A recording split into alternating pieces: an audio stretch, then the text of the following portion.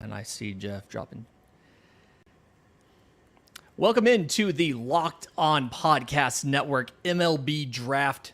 I'm going to call it an extravaganza. I'm your host, Lindsey Crosby, host of Locked On MLB Prospects. I am joined by Jeff Ellis, host of Locked On Guardians, MLB Draft expert. Says it right there in his Twitter handle at JeffMLB Draft. And Jeff, very interesting how we're seeing a lot of these projected top picks switching at the last minute. We've heard rumors all weekend that Dylan Cruz was probably not going to be the number one pick because of money. He was rumored to want $10 million. I'll remind you, slot value is about 9.7, which would be a record. And the reporting was it's going to be Wyatt Langford. And then about 20 minutes ago, right as we got into the studio to get started, a lot of the betting lines switched, and it went from Wyatt Langford being the favorite to go number one to Paul Skenes. As of just a few minutes ago, Paul Skenes was at minus 125. Wyatt Langford was at plus 140. So, Jeff, is this something where do you think there was ever a doubt as to who Pittsburgh would take, or is this just something where the information didn't get out until just a few minutes ago? You know, I think they're playing the games. I don't know if we knew. It definitely feels like a situation where they're trying to see just how much they can shift the monies, right? Yeah. I'll throw this out there early. It's one of my favorite comments every year I make. It's like when you trade down, or the equivalent of the trade down is when you go under a slot, every single dollar you save is going to allow you to get more later. When you have that first pick and you have all of that money, and, we know Cruz wants a huge amount. Mm-hmm. So if they can save a little bit more here, a little bit more there, it all comes together and allows them either to have no senior signs or to just sit back and see who can slide to them in round two. Yeah, and the big thing here is that Pittsburgh has never really gone full slot on their college guys. The last 16 picks they've taken for college players have been 15 of the last 16 college guys they took were below slot. Only one of them actually got the full slot value, which was the pitcher from Notre Dame last year. And now that the broadcast is live, thank you for joining Locked On MLB's coverage of the MLB Draft.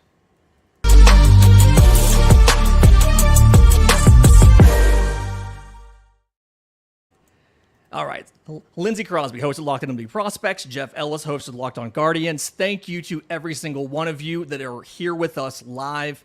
Pittsburgh is officially on the clock, and I'll remind you, the big conversation here, we were just talking about this. Do you go with Dylan Cruz, who's been the consensus number one for the last year? I mean, this is something you expected him to be number one from the beginning of the season. He did nothing to change that opinion. But recently, we've seen Paul Skenes have a very good season, be a candidate for that as well, followed by Wyatt Langford of Florida. Both these guys had great College World Series, and so now you're in a situation, which one is it? Do you go with the best talent in Dylan Cruz? Do you take the guy who's going to take the least money, which reportedly is Wyatt Langford? Or do you take, and what, in my opinion, is the guy that gives you the highest ceiling, and that is Paul Skenes. To me, Skenes is the type of player that can push you over the top if you get into the postseason. He's that type of number one pitcher that I think you need for the postseason. But the question is, can you build a good enough team to get there? Dylan Cruz helps you do that. Paul Skenes, I think, helps push you over the edge. It's an interesting conversation, and no one really knows anything, but we all have opinions on it. Jeff, if you were in Pittsburgh's shoes, who are you taking number one while we wait for them to actually do it? Dylan Cruz. Dylan Cruz. I had him as my number one outfielder in the 2020 prep class. I had him ahead of Veen and Hassel and Hendricks and all of them. I loved the approach then. It was an all-fields approach. He was just he was easy to watch him and see that he's going to develop into something really special, and he has. And it's not just the production. You go, and it's hard to find batted ball data, but it leaks out here and there, and his batted ball data is as good as anyone we've seen. Him and Adley Rutschman are the best college hitters I've ever seen in my, I don't know, was it close to 10 years doing this now? I appreciate Skenes, but on a very basic level, guys who throw that hard you're lucky if you're going to get 5 years in the majors without missed time due to injury. I'll take the 6 years of solid, steady production. Yeah, that's really what this comes down to is, do you prefer hitting? Do you prefer pitching? And then the injury risk, right? How comfortable are you with the fact that Skenes sits at 99 miles an hour, that he can touch 102, that he has so many outings this year that were 120 plus pitches, and MLB's pitch smart guidelines, 120 pitches is kind of the cutoff that they have for is this too much for an outing? The big question I think you have also as well with Skenes is we don't have a lot of information, a lot of data on the movement from a pitching once a week to a pitching every 5 days adjustment that college pitchers make. There's just not a lot of data on that. And I watched Skenes pitch against Auburn in person this year, and he was probably the best college pitcher that I've seen since Steven Strasburg. I was impressed how well, I mean, the fastball, obviously he held the velocity deep into outings. The slider is at close to 90 miles an hour, tons of whiffs. I had a TrackMan dashboard in front of me, luckily, and I was taking notes. He threw 3 consecutive sliders down and away to the same hitter, and it was the exact same pixel on the dashboard every time. And then when you look at the changeup, not many people can throw a changeup effectively, but Paul Skenes, I think it's better than people give it credit for. And so to me, Skenes probably one of the best college pitchers, again, that I've ever seen. And I think either way, it's hard for Pittsburgh to mess this up, provided that they go with one of these 3 guys. If they go with Wyatt Langford, if he takes a below slot deal, is that Pittsburgh getting this wrong? Yes. I got 2 guys in tier 1 when you're picking top of the draft. Sorry, I just got a little note there. I think you go with the guys who are the elite. You don't mess around. Right. Yeah, it's something where theoretically you're not going to pick this high again, right? And so if you're not, obviously you need to get the best possible talent you can get. The pick is in. We're waiting for them to announce who this is. Again, everything we've seen, betting markets from the last hour or so, it looks like it's going to be Skenes. Just what we saw, all the movement of everything as far as the lines and all of that go. Langford it's been almost unanimous, the predictions that came out yesterday and today from everybody who you can think of. Baseball America, ESPN, MLB Pipeline, they've all said Wyatt Langford going number 1. Somebody in one of our everydayers here in the chat said, just flip a coin on one of the guys from LSU. You can't go wrong with either one. That's what Washington's plan is. It feels like Washington's goal here the whole time was, we're sitting pretty at number 2. We can just take whichever LSU guy is left. They only have to actually make a decision if Langford goes at 1, and they have to pick which one of these 2 guys that they want. So we'll see what happens. Again, the pick is in. We're waiting for Manfred to come out and announce it. Part of it is he's been getting booed, which I love that booing the commissioner is always now the new tradition from every single draft for every single sport. That's just how it works now. I love that. I think it's fantastic. And to me, the issue you have with not taking one of the 2 LSU guys is it feels like this is not the time to save money. I gave the stat earlier. I'll give it again in case some people were not here. Of the last 16 college draft picks that Pittsburgh has made, 15 of them were under slot. And then the 16th one was at slot. They have never gone over slot in this whole process here to get their guy. And so I don't know why you would continue that here, because it feels like if you go cheap on pick number 1, if you go to save money, you're just going to keep being in this scenario. You're just going to keep being stuck at the top of the draft because you're not very good. I do want to, there is a nice little tagline our Locked On Gators host has created called Wyatt or We Riot. I think that's hilarious. Wyatt or We Riot. But either way. I just think he is just a step down. I got to be honest. He's a step down from the top 2. And the other, I think, thing in the room is we know that Florida is bad at development. We talked about that in our mock, and I think that's something that, as we point out, that the University of Florida baseball, Pete Alonso has been great, and Jonathan India has been great, and it's mostly been pitching where that's been hammered, but stuff like that stands out. When we get to Kyle Teal, we'll talk about the Virginia issues. Like, teams know, and there's ups and downs to that. Yeah, it's just something where, I mean, again,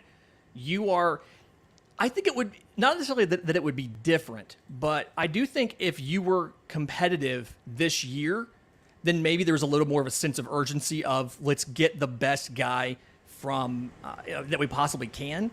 But this is just something where, I mean, this is easy. You don't have to mess this up, but you're going to mess this up, it feels like, if you try to do this based on the money. Don't do this based on the money. Do this based on the talent. Now, that being said, and I made this point earlier to members of the Locked On MLB Prospects Discord, we've seen folks go under slot at 1 and it work out. Jackson Holliday is a great example last year of a guy that went under slot at 1 and it worked out. All right, Henry Rob Davis. Manfred is on the podium, and so he's probably going to talk for about 5 minutes. But the pick is in, and I'm thinking it's going to be Paul Skenes, and it is, in fact, Paul Skenes. Okay, yeah, so it's Skenes. Junior Paul Skenes, 6'6", goes to the Pirates at number 1. The question here, Jeff, and I've heard people ask the question about, can he, like, how quickly would he get to MLB? I think if you were competitive, there would be a case or a scenario where you could try him in the bullpen this year. But since they're not as competitive right now, I honestly kind of think the thing you should do here with Paul Skenes is you should probably shut him down for the rest of the year because he's thrown so much. But next year, I think I'm looking at bringing him in AAA to start the year. I'm sorry, AA to start the year, simply because he is so much more advanced than we expect. Again, I think he's the best college pitcher since Steven Strasburg, that kind of level of dominance. If you're the Pirates, what do you do with Paul Skenes right now? You shut him down. You shut him down. Everything he's done. I agree. Everything you said is 100% dead on. You shut him down. You let that arm rest. That arm has seen so much work this year. We talked about the risk. And then next year, you start him in AA and you give him that route. You give him that quick route because it's a special arm. It's easily the best one we have seen in so long. Like I said, it is since Strasburg, who, if you weren't someone who was following it then, he was the most hyped prospect I'd ever seen. And that was the year, I'm going to get myself wrong on this. I believe that was the year after Bryce Harper, but I could be wrong there. But he was the biggest hype we've had. And he, I think you shut him down and then you give him to AA and he can be ready to help that young core very quickly. Yeah. So for context, what Paul Skenes did this year, 19 starts, 12-2, 1.69 ERA, and 122 2/3 innings. Struck out 209 batters, so 15.3 per 9, walked 20, so 1.5 walks per 9, 7 home runs allowed. And this was the first year that he was not a two-way player. At Air Force, he had 150 at-bats last year, 189 in 21, and did really well. Batted .314 last year with 13 home runs. But this is something where he hit another level as a pitcher. Just solely as a pitcher. Hit another level of performance. And so I think the obvious question now, Washington Nationals take Cruz at 2, don't they? You got to. He's just too good. Like I say, it's not only is it a production over 3 years we really haven't seen, but every bit of like the biggest weakness is like, hey, maybe he can't play center field. And I mean, but that's it. Like, is there something I'm missing? Even just like, Anthony Castrovinus had that great article I retweeted. Go read it on MLB.com about like what he has done for people with disabilities and bringing kids to games. Like, he's a great human. He's a great player. Everything is great with him. That is the observation I've had about both of these LSU guys is they're very good humans. One of the things that stands out for me with Skenes, so I'm trying to wrap up on Skenes before we get to the next pick. Things that stands out to me on Skenes is you're watching the College World Series, and I can't remember the young man's name, but LSU's catcher injures himself in the final game. He has he's in crutches, foot's wrapped, and all of that. And after they win, everybody runs out of the dugout, obviously, and goes to go dogpile. Skenes waits, picks him up, puts him on his back, and carries him out to the dog pile so he can celebrate with his teammates. And it's the little things like that. You mentioned it, and there was a great article, like you said, about Dylan Cruz, but a lot of these LSU guys seem to do it the right way. And Yes. I can appreciate that as somebody who has covered the SEC, has watched college baseball, and see a lot of guys that don't do it the right way, or teams that kind of don't necessarily have the right attitude, the right behavior. I have noticed that University of Tennessee seems to get some of that a little bit there. I can appreciate the LSU kids being such good human beings and like that a lot. So Paul Skenes to the Pittsburgh Pirates with the first overall pick. We're coming up on the pick should be in. The pick is in soon for Washington. Jeff, final thoughts on Skenes to Pittsburgh? Listen, I have Langford 3. I don't want anyone thinking that I don't like the guy, but there's a clear top 2. You had to take those top 2. This is the right call. If you look on Twitter, you can find it's already reporting he'll sign for $9.25 million. So there is some savings. If you believe the rumors, the Cruz wanted 10. What does $750,000 give you? Well, if you add it to a second round pick, it's like you can grab a falling first rounder in the second round. So that's maybe what they're looking to do, or they might just like Skenes. A lot of people had him as the number one player in this class, but they made the right call in the end. You had to take one of these two guys, and if you're a Pirates fan, you should be happy right now. Yeah, in the end, the Pirates didn't overthink this. That was the Yes. big thing. And again, you'll save a little bit of money. That would be really nice. You'll save, like you said, enough that'll make a difference later on. This is a draft, and we'll get more into this as we get into the draft, but this is a draft that is very deep in college hitting. And so you have, once you count the compensatory round, you have 39 choices in the first round, but there's probably close to 50 players that are first round talents. And being able to save some money here does make it better later on, so you can get a better player in the second round. There is something in the comments I want to point out real quick. Somebody mentioned the Nationals already have a ton of outfield prospects. And I don't want to speak for you, Jeff, but for me, in the first round, I almost don't care about position, right? You're taking 100%. the best possible player in the first round. Don't let the position they play impact who you take. And he again, Dylan Cruz is special. So you want to pass on special to take not special? That's just silly. You take the guy who is going to elevate your squad. And honestly, I mean, we've seen them kind of struggle with prep players anyways. So in terms of development, so I think getting a near complete product is a good thing for that system. So I think that's a big positive. I don't know how close the pick is right now. I do want to point out something else I saw in chat. Are we close? It's in, yeah. So It is. Okay.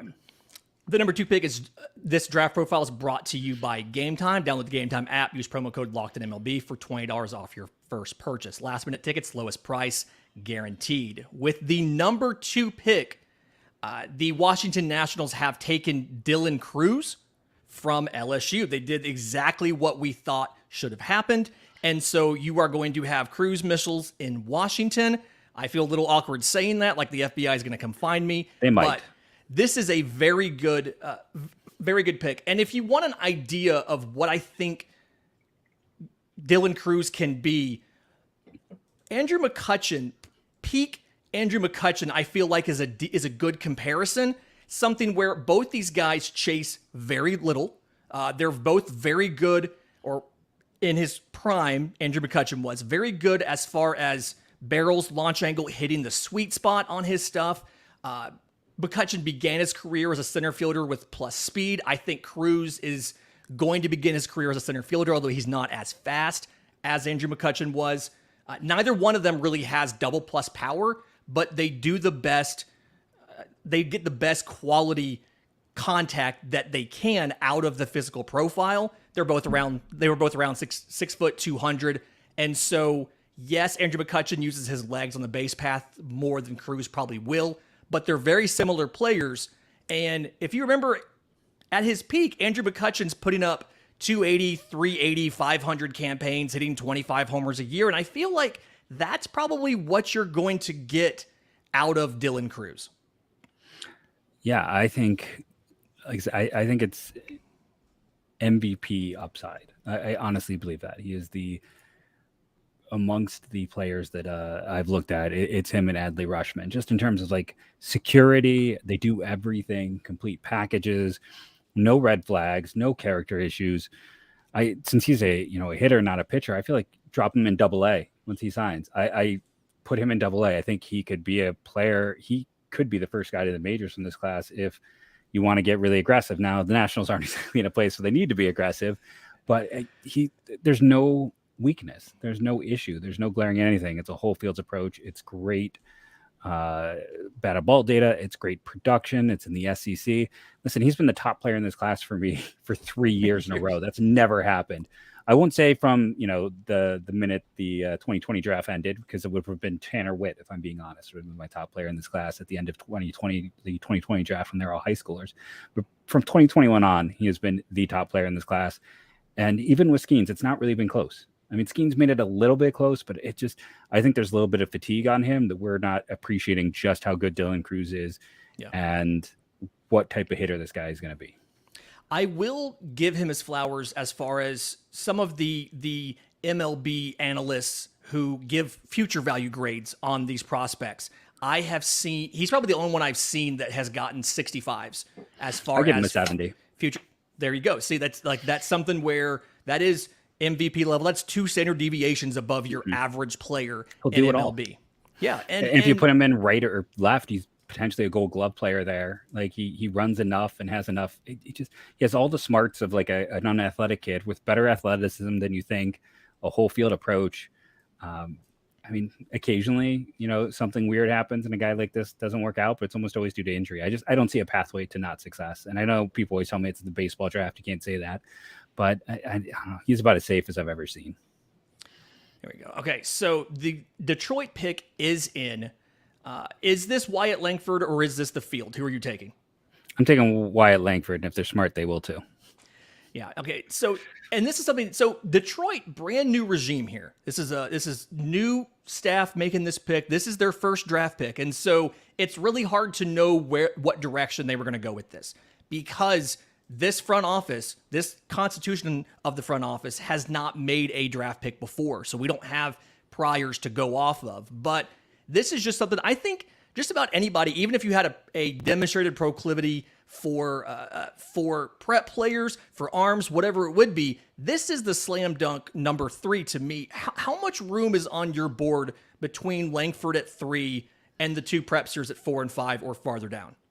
So I did tiers, like a non-traditional tier where I just did tier 1 was Skenes and Cruz, and then I thought there was a gap, and then I have Langford alone in tier 2. He's an excellent athlete, really good production. I don't see, a lot of reasons for concern, and there's always so much more risk with a prep player. For people who listen to our mock, I sat back and did a whole thing about like looking at the top 5. Ooh, I'm going to stop. Pick is in. All right. This Detroit Tigers pick is brought to you by our friends at Game Time. Download the Game Time app, create an account, use code LOCKEDONMLB for $20 off your purchase. You can use those tickets because the Detroit Tigers have selected center fielder Max Clark out of high school with the number 3 overall pick. It is so it is not Wyatt. Folks are going to riot. It is Max Clark going to the Tigers at 3. I know he's an Indiana product. He's not necessarily a hometown guy, but he is from closer to them. Do you think this was a money thing? Do you think this was a talent thing? What is your opinion here, Jeff? I would say money.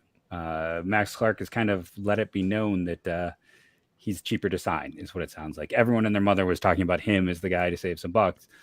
So it feels like maybe, there's a lot of talk about trying to float someone like Charlie Soto, someone from that tier, Thomas White. Maybe they're trying to float someone. It is interesting because the front office came from the Giants, where it's one of the most conservative front offices in the draft, and they went with the prep player here.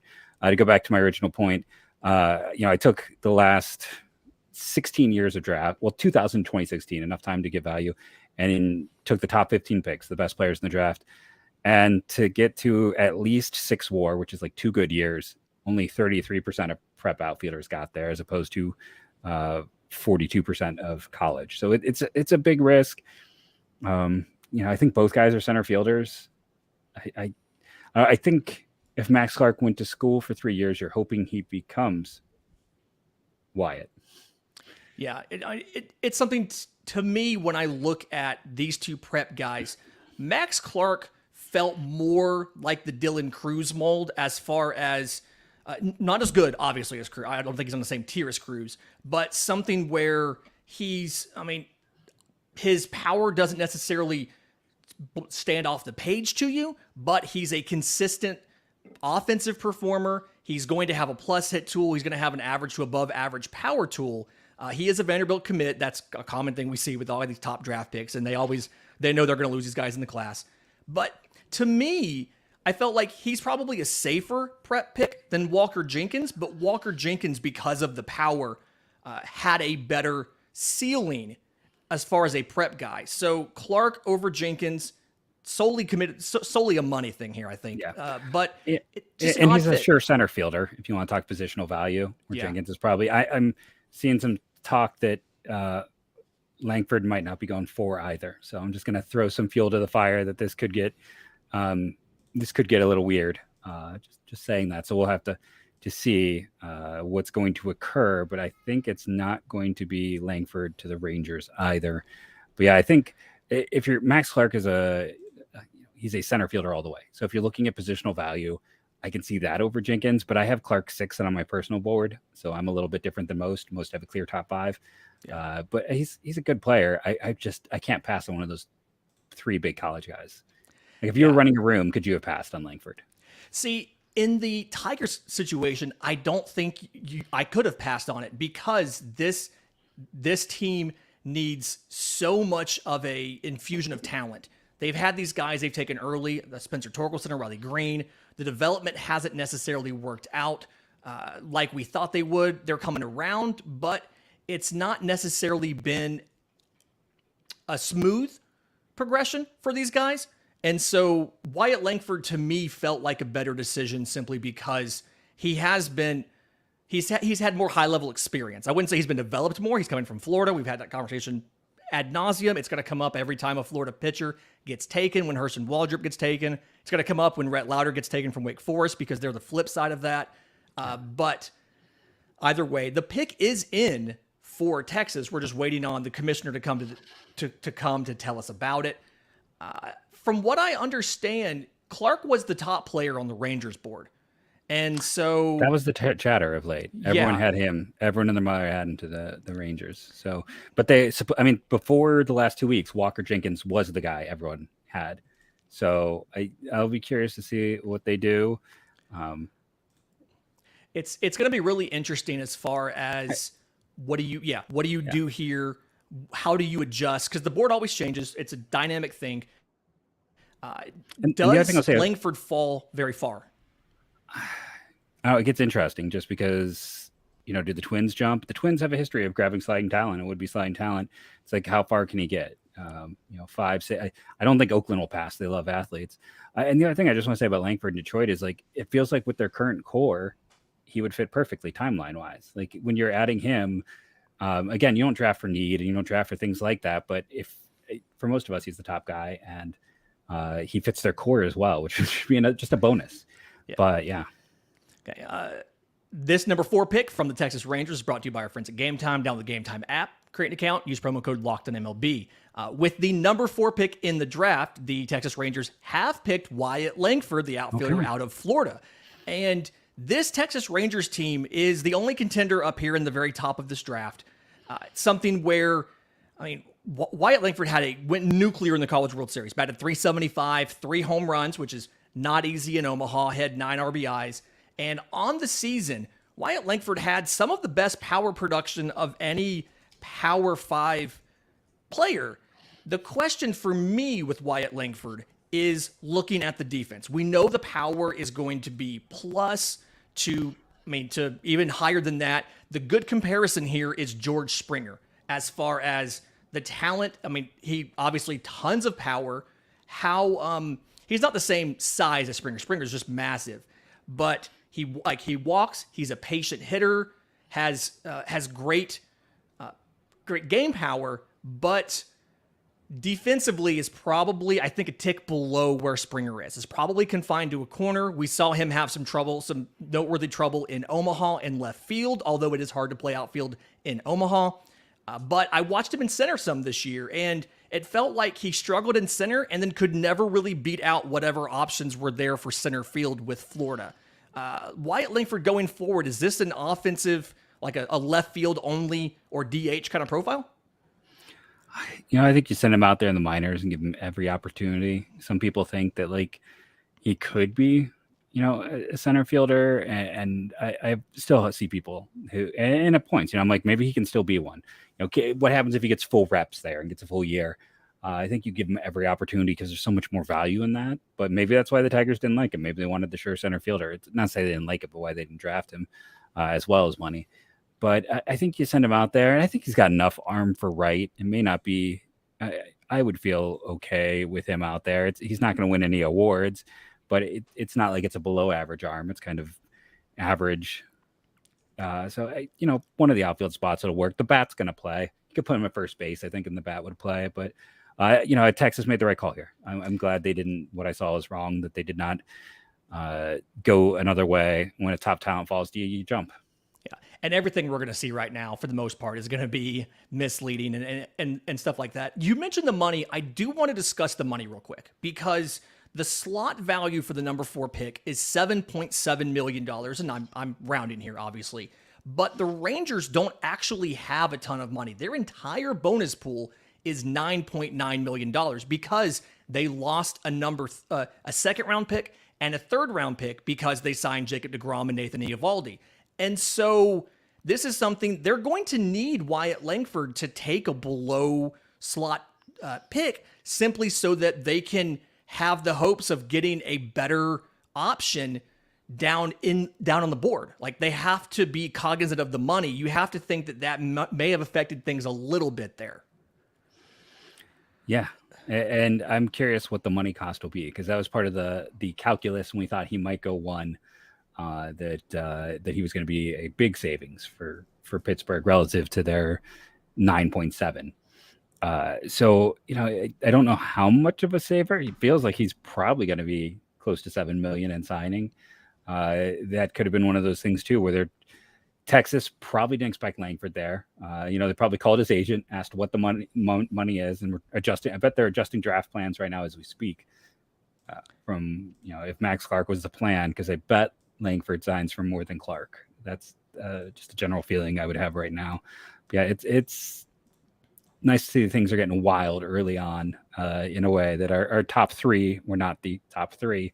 Yeah. And if this next pick is Jacob Gonzalez, I just want to say, Twins fans, everyone's making a big deal about it being an overdraft or a bad pick. I just want to point out Jacob Gonzalez is widely third on every board before the year began. He's a no doubt shortstop who has produced in the SEC for 3 straight years. And yeah, he may not be the sexiest guy in terms of big skills, but he's a performer at a extremely valuable position in the hardest conference there is in baseball by a significant margin. Yeah, and that's where I was about to go with this. Was Jacob Gonzalez is the top player in their models, and so that's simply something where they're making the fit based on what they do well, what they believe they do well developmentally wise. And speaking of, Manfred's at the podium right now. They are announcing their pick. This number 5 overall pick, brought to you by our friends at Game Time. Download the Game Time app, create an account, use promo code LOCKEDONMLB for $20 off your first purchase.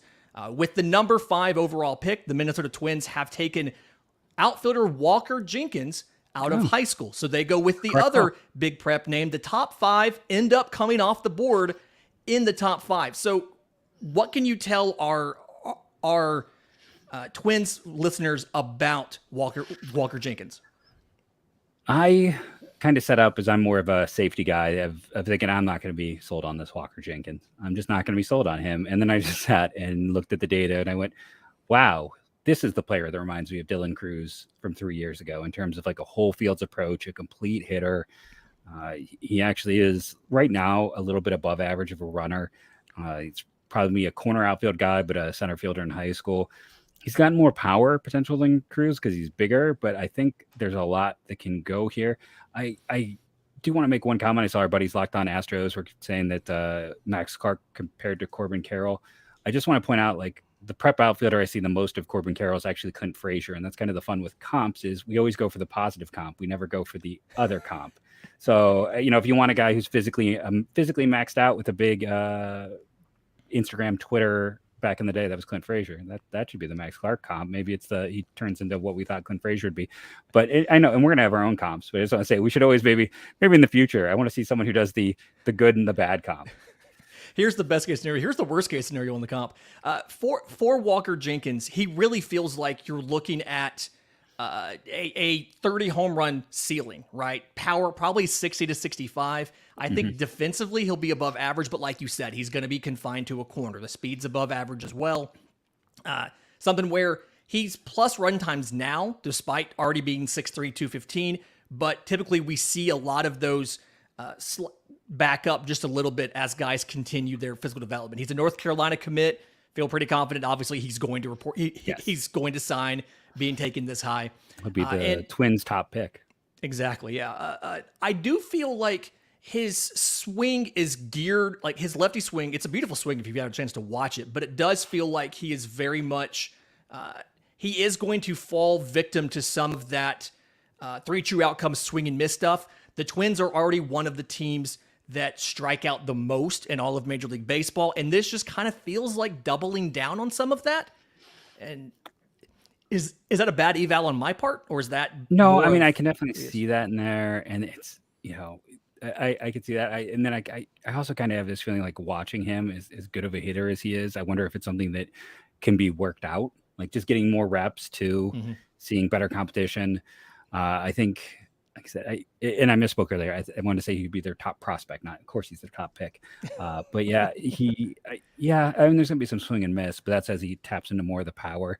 But I kind of agree with what I've seen that he's a plus hit, plus power, and then it's solid defender. But he's a middle of the order bat, and hopefully he'll develop as a Guardians fans along the same lines as some of their other recent outfielders who have made consistent impacts, like Trevor Larnach. And I'm being facetious here. I think he's much better than that, but I'm teasing Twins fans if we have any of the chat. Yeah. But he's a really good player, 4th overall on my big board. I think it's a great value.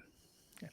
So Oakland's pick is in. They're not on the podium yet, but it felt like, we know they love athletes, right? This kind of felt to me like a college bat place, simply because, one, that's what's mostly on the board right now, but kind of based, they like the athletes. That's the strength. That's what they arguably need in the system. Do you have Oakland taking a bat here, or taking an arm, maybe like an underslot deal with a Chase Dollander or something? Yeah, it's been a while. I was looking at this last time they took a pitcher in the first round was AJ Puck. Ooh. So it's been, and that obviously worked out well because he's now in Miami. That it's been a bit for them. And the guy, I think if he had not had as many swing concerns, I for months and months I thought this was Enrique Bradfield, just because of their love of speed and athletes. It feels like Brendan Taylor has been linked there heavily, but he's not an athlete. I wouldn't call him that. Not say he's a bad athlete, but he's not that. Jacob Wilson's maybe a little bit of a better athlete. I wonder if they would go here, but there isn't really that college guy where I'm like huge athlete. I mean, Matt Shaw might be the best athlete of the group, honestly, but I've not heard him connected here at all. Yeah. So the ESPN's showing the empty podium right now with stuff that the pick is in. So that's obviously Manfred trying to milk this a little bit. I do wonder how much the pending move to Vegas affects their thought process on this. I know they have to, it's just one of those big unknowns you always have is what happens here. How does that work out? How does it go? But have they announced it yet? Because my last second mock was correct. Oh, no, I flipped it at the end. I shouldn't have done it. All right. With the number 6 pick, brought to you by Game Time. Download the app. Use promo code LOCKEDONMLB. The Oakland A's take shortstop Jacob Wilson from Grand Canyon University. So a kid from the West Coast, somebody who strikes out very, very rarely. It is defensively going to be absolutely fine, but offensively, you're looking at a profile of a guy that is just going to make consistent contact all the time. He's 6'4", probably average defender at shortstop. I don't know if he's going to stick at short, could move to third or second, I think. But like last year, struck out 7 times. Like that's it, 7 times. And so to me, this is something where you have the hit tool. You don't necessarily have the power tool, but you have a really high floor as far as competent defense and good offense as far as making contact from Jacob Wilson. I'm not a proponent of Wilson. I have him at like 29th on my board. It comes down to people talk about he hit more home runs. He played in a pretty hitter-friendly environment. He never strikes out, but he played at a small school. The exit velocities aren't great. He's going to be like average shortstop. I just think when you look at him, you're just hoping for like a 2.5 win player, which with the 6th pick in the draft this high, I don't love that. I just don't love that he is not. There's not a lot of tools there, right? There's no power. He doesn't walk much either. So you're betting entirely on hit tool, and yeah, I don't love it. Yeah. Here's my concern with Jacob Wilson. So 155 games in college. Slash line's really good, right? 361, 419, 558, 22 home runs. He spent last summer on the Cape, and it's a very small sample size, 10 games, but he's using a wood bat. His slash line in those 10 games, 278, 381, 389. He has 1 home run and 2 extra base hits. And so the question for me is there, like you said, is there enough ceiling to justify the number 6 overall pick? I don't necessarily think there is, unless you're counting on him to take significantly less than $6.6 million. And Agreed. Maybe that's what they're doing, but we don't know that from them. And what's awkward is I'm talking about him, and I'm not talking very nicely, and I'm looking at him on the screen right now, and I've never realized how hard that was going to be until just this second. But it seems like an odd pick to me. It doesn't move the needle. And for Oakland, this doesn't do enough to raise the ceiling. Maybe it brings your floor up a little bit, but it doesn't raise the ceiling of your team. And so I don't know why you would make this pick unless it's solely about the money. Yeah, a lot of people like him. I don't love the selection, but a lot of people like him. He's safe, but I also think sometimes he's that guy where he's safe, but he's not, because if he doesn't hit as much as you're expecting him to hit, then he's a utility guy because he is one tool. So if it's not that, then you got nothing. Yeah, it seems like you're banking a lot on that one tool. Okay, so the Reds are on the board. The pick is in. We've got to probably, given previous history, about a minute or so until they actually come up. A lot of different options that the Reds can go with here. They have tons of position players. Obviously, a lot of them are already up, but they still have guys in the minors like a Noelvi Marte. Arms are always something Cincinnati feels like they need. I want to throw out, and this is just an idea, but I want to throw out Kyle Teel out of Virginia. What are your thoughts on the fit of Kyle Teel in Cincinnati, if that is the pick? I'm just always worried about Virginia. I have longtime listeners who are fans of Virginia, and they know this, that, you go into the data and it's like there's Ryan Zimmerman, and then there's, I'm blanking on who's number 2, a recent pick. And then Brandon Guyer is still your 5th best hitter in history. And you look at the Pavin Smith, Adam Hazley drafts, and a lot of these guys just don't use their lower halves as well. That was like Mike Pappy's problem in Cleveland. There seems to be a disconnect in what gets taught there to what these guys just aren't translating. It's just, and that is my concern. And teams know this the same way. Again, we go back to listen to the mock draft episode we did together where we talked about Florida and teams targeting that program because of pitcher development. So, and it's easier to fix a pitcher than a hitter. So yeah, I'm fine with Kyle Teel. He's about 11th on my board, but I think he's going to slide more than maybe anticipated. Maybe goes to the Royals. But if he doesn't go there, I think we could see a slide.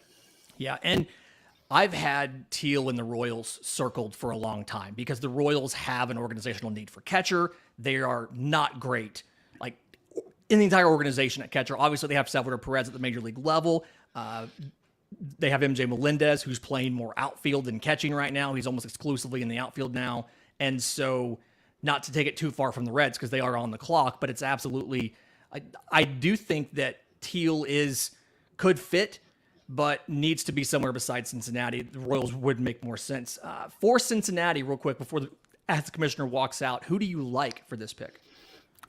I would like them to go Dollander because they've been so good at fixing pitchers with struggles. I think it's going to be Lowder, which is interesting because we'll talk about it if it is him, where he comes from a pitching factory. Yeah. All right. So the number 7 pick is in. The 7th overall pick in the MLB Draft, brought to you by Game Time. Download the app, create an account, use promo code LOCKEDONMLB. The Cincinnati Reds have taken right-hand pitcher Rhett Lowder out of Wake Forest, considered to be one of the top pitchers in the draft behind Paul Skenes, and someone who really makes it happen with the changeup, which is not always something that you see a lot of college pitchers have a good changeup. And the thing here, we talked about this on the mock draft last week. The question that I have, he's a good pitcher, and I'll give him a lot of credit. He is a good pitcher. He is probably worthy of a top half of the first round draft pick.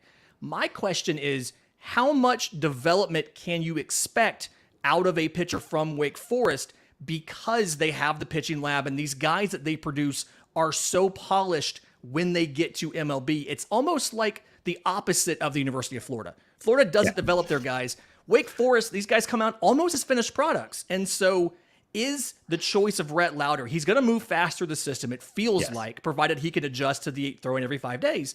But how high is the ceiling for Rhett Lowder compared to other Wake Forest pitchers we've seen in the past?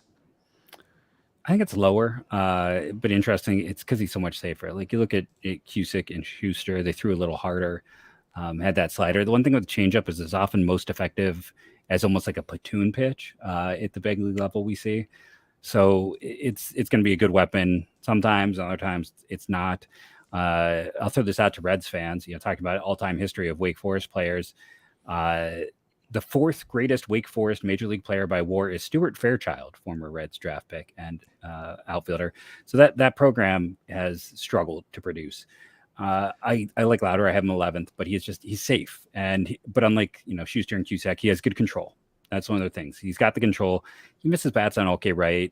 I think he's a 3-4, which is not what maybe you want to hear when you're picking 7th. But I think he's a 3-4. Yeah, I mean, he and let's kind of clear. We've talked some stuff that hasn't sounded great about Rhett Lowder. Rating ACC Pitcher of the Year, has a bunch of strikeout records at the school in the conference. Fastball sits mid-90s. He doesn't always hold it super deep into the starts. It feels like he gets to low 90s later in the start. Slider, low 80s, it's good. The changeup is phenomenal. This is the best changeup in the class to me. I also think he has probably some of the best command and control in the class. I don't think he's number 1, but he's in that probably top 5 in this entire draft for command and control.